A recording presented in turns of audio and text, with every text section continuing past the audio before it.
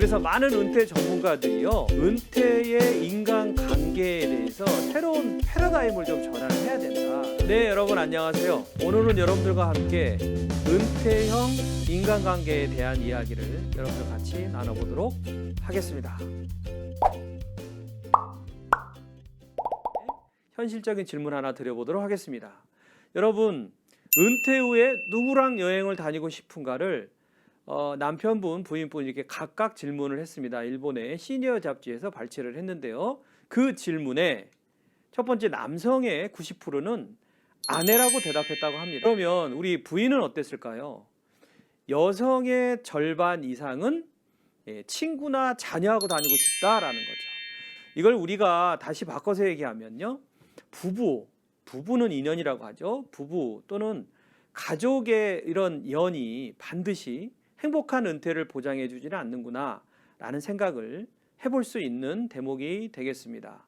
자, 두 번째, 퇴직 다음 날부터 하루 일과 또 일주일의 일과 한 달의 일과표를 예상해서 써보세요 라고 이야기를 하니까 아내는요, 막힘없이 하루 일과를 막 기록을 하더라는 거죠. 몇 시부터 몇 시까지 밥하고, 몇 시부터 몇 시까지 빨래하고, 청소하고, 개모임 나가고, 동창 모임 나가고, 딸네 집 들려서 돌아온다. 이렇게 숨가쁘게 이렇게 하루 일과를 적은 반면에 우리 남편들은 어땠냐면 오전 10시 이후에는 쓸 게 없다라는 겁니다. 그래서 많은 은퇴 전문가들이요, 은퇴의 인간관계에 대해서 새로운 패러다임을 좀 전환을 해야 된다라는 얘기입니다.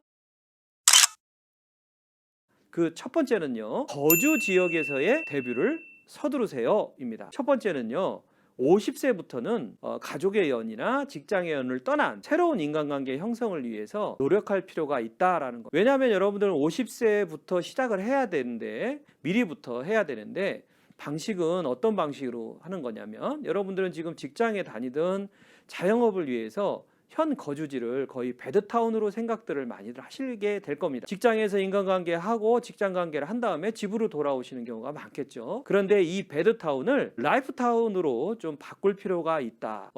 지역사회, 거주지역 내에서 지역사회를 좀 활용을 해서 움직이셔야 되는데, 첫 번째는 지역사회에 봉사활동을 좀 해보는 것, 지금서부터요. 두 번째는 여러분들 취미를 살려서 뭐 배드민턴이라든지 탁구라든지 아니면 골프라든지 등산이라든지 이런 다양한 취미 동호회에 참석하는 것도 여러분들 지역사회에 대비하는 하나의 방법이 되실 수가 있겠고요. 여기에 아울러서 각종 그 지역 정보지를 통해서 청이라든지 그다음에 지역의 도서관이라든지 지역 정보지를 통해서 적극적으로 그런 정보 주는 곳의 모임에 적극적으로 참석해 보시는 것이 인간관계를 위한 첫 번째 거주지역 대뷰를 서두르세요 라는 것이고요. 자, 은퇴형 인간관계의 두 번째 법칙은요, 지근거리에 친구를 만들어라. 지근거리에 친구를 만들어라는 것의 구체적인 실천 방법으로는요, 가까운 곳에 아무 부담 없이 편하게 만날 친구가 있어야 된다라는 얘기입니다. 그래서 이 가까운 곳이라는 것은요, 서울 같은 경우에나 이 대도시들은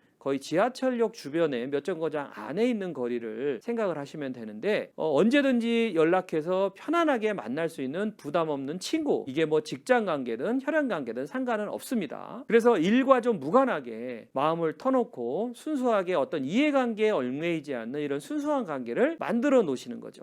예를 들면, 야, 가까운 데에 있는데 더우니까 맥주 한잔 하자라든가, 따뜻하게 뭐 오뎅에 소주 한잔 하자라든가, 이렇게 조금 일과 좀 무관하게 터놓을 수 있는 순수한 인간관계가 필요하다. 이를 위해서 여러분들이 우리가 실천해 봐야 될 것은요, 휴대폰의 저장 목록 중에서 지근거리 친구가 될 만한 친구가 누가 있을까를 한번 고민해 보는 거죠. 그래서 이렇게 쭉 넘겨가면서 이 지근거리가 가능한 친구들을 좀 가능성을 타진을 해서 지근거리를 친구를 만드는 것이 여러분들 살아가시는데 굉장히 도움이 될 수 있다라는 얘기. 자, 은퇴형 인간관계의 세 번째 법칙은요, 사람을 사귈 때 어떤 주의사항과도 같은 건데요, 회사의 명함은 버리기입니다. 자, 이거를 다시 바꿔서 말씀을 드리면요, 같은 지역의 커뮤니티에 한다는 통적인 분모에만 집중을 하셔야지, 기타 내가 예를 들어서 직장에 어떤 직장에 다녔다라든가, 내가 아니면 직위상 뭐 임원을 했다라든가, 뭐 부장 출신이라든가, 이런 것들은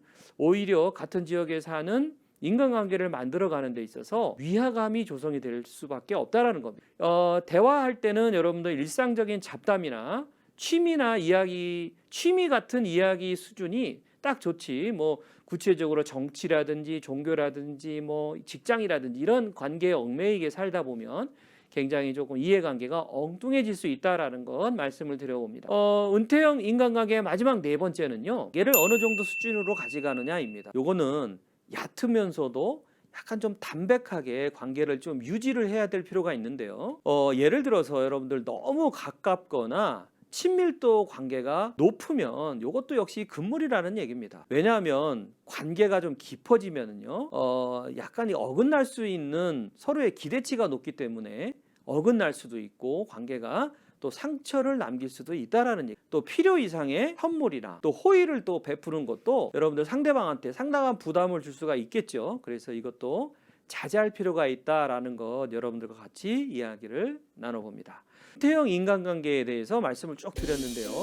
50세부터 꼼꼼하게 챙기시는 여러분들의 구체적인 지역 커뮤니티를 활용한 지역 데뷔 이런 것들을 활용해서 여러분들 훨씬 더 원만하고 즐거운 은퇴 생활이 있을 수 있도록 당부드리면서 오늘 방송을 마치도록 하겠습니다. 시청해 주셔서 감사합니다. 저는 다음 시간에 뵙도록 하겠습니다. 감사합니다.